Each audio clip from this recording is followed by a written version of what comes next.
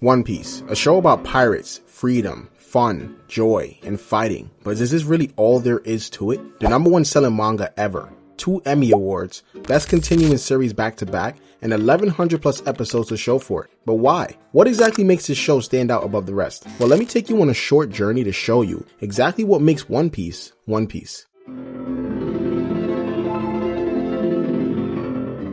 You know how they always say all great things take time? Well, this is not always true, but a broken clock is still right twice a day. With One Piece having over 1100 episodes, it calls into question just how good is the pacing. I mean, I can understand the argument of not wanting to watch that many episodes if they were filled with nothing but filler and useless fluff, but One Piece's strength lies in its pacing, because that pacing leads to arguably the greatest trait: world building.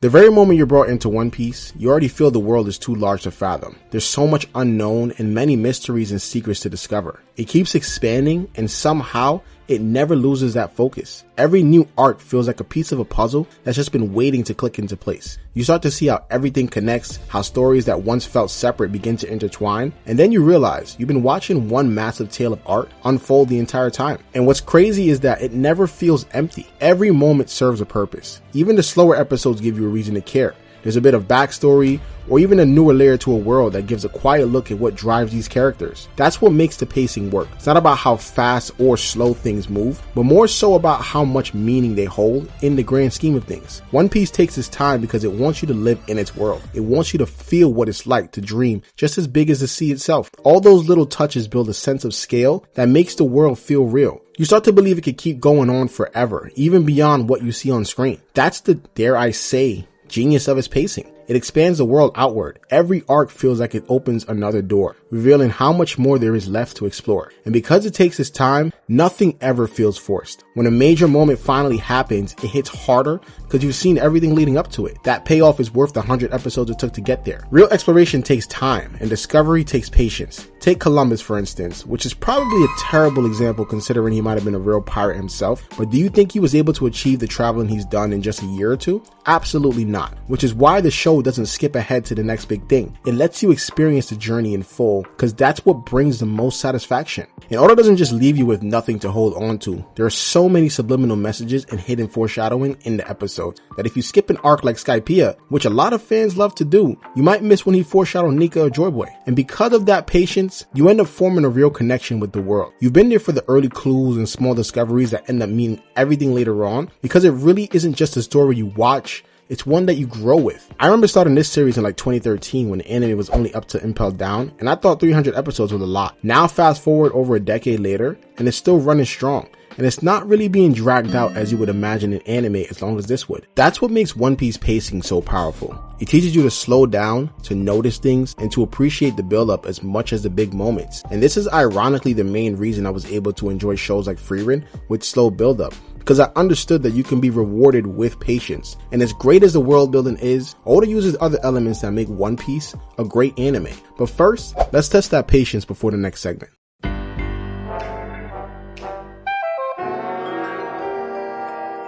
The world building is a crucial part of the One Piece verse and has served a large portion of the overall substance that is covered. But I wanted to dive into what really makes this world so relatable, and that is the hidden parallels.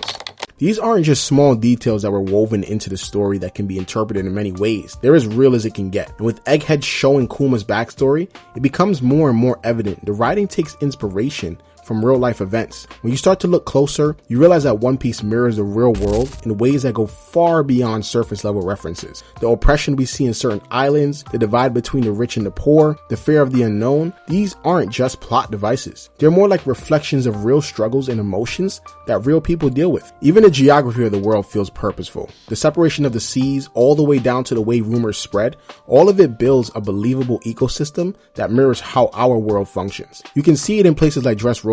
On the surface, it's just another colorful island, but the reality is that it's a story about how power can shape people's memories and rewrite their reality. Doflamingo didn't just rule with fear, he took away people's ability to remember the truth. And that's manipulation on a level that mirrors real world propaganda and dictatorship. It shows how easily history can be twisted when only a few hold the power to tell the full story. Then there's Kuma's upbringing. Watching it unfold hits crazy feels because it's uncomfortably human. A man who once fought for freedom ends up stripped of his will and turned into a weapon by the same exact system he tried to resist. You can see the pain of the sacrifice and how someone can give everything for others and still be forgotten. It's one of those moments that reminds you Oda isn't just cooking an adventure story, there's layers of oppressive spectacle deep inside it. But Fishman Island might be the clearest example of that realism. It's a place built on centuries of discrimination and fear, where generations grew up inheriting hate they never asked for. Sound familiar? The tension there isn't just about good versus evil, which creates a complex relationship for both parties. You see how prejudice poisons both sides, but how people can still find hope after everything they've lost. That level of empathy is what makes that world feel so alive. And all of it ties back to the world government. They are not just the background villain,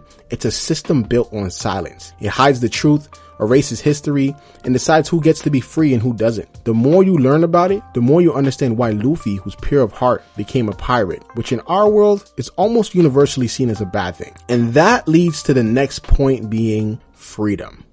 He wanted freedom. The freedom from it all. He may not be the smartest protagonist out there, but he knows when a system is broken and doesn't stand around and watch it happen. But what I respect and love the most about Luffy's character is that his goal has absolutely nothing to do with taking down the world government and starting a new regime. Sure, he might take down dictators and fight the system whenever they encounter, but he kinda doesn't have a choice. Understanding that the freedom he wants is on the other side of that fight is what drives him the most. I mean, really think about it. When have we seen Luffy go out his way to interfere with the world government? Only times I can think of is when it had something to do with the people he cared about. That's the greatest feat about Luffy. He's just like the common man when it comes to his goal. Not in the traditional sense, but more in the tunnel vision sense. The average Joe today would be against oppression and cruelty, but majority of these people are not going out their way to step in. It's the same way with Luffy. Just like how you're trying to become a millionaire and take care of your family while almost nothing else matters, it's the same way he wants to become Pirate King and take care of his crew. There's something honest about that kind of simplicity. He doesn't overthink or plan 10 steps ahead.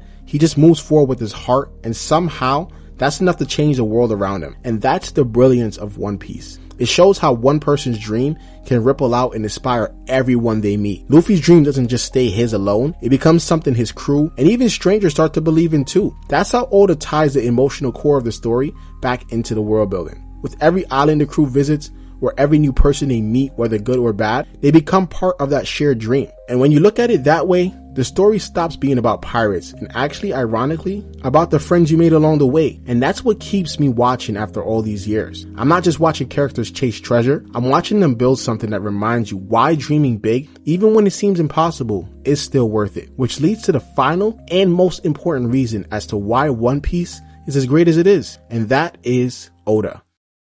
Oda's creativity and authenticity is what has brought every other element together. The world building, character development, character design, real life parallels, it's all part of what makes him such an excellent mangaka. Oda's authenticity is what makes One Piece more than just a story. It's a reflection of him. Every part of this world feels like it was drawn from something deeply personal. You can feel his love for adventure, his fascination with the humanity, his pain, and the hope stitched into every single panel. It's rare to see an artist so present in their own work, but with Oda, you can sense that every detail carries a piece of him. And what's even crazier is, despite all the fame and success, he's never lost that sincerity. You can tell he still cares about the small moments because that's what separates Oda from most creators. He's not writing just to entertain, but to connect. And that's what we, the fans, feel. We stayed for over 1,000 episodes of chapters because deep down, you can tell that the person behind it all is still a kid who dreamed of a big world full of wonder and laughter and endless possibilities. And somehow, he's made millions of us chase that with him. That's the real magic of One Piece. The heart behind it. It's Oda's belief that no matter how big or complicated the world gets, there's still room for dreams that never fade. That's why One Piece isn't just one of the greatest anime of all time. It's a piece of someone's soul shared with the world.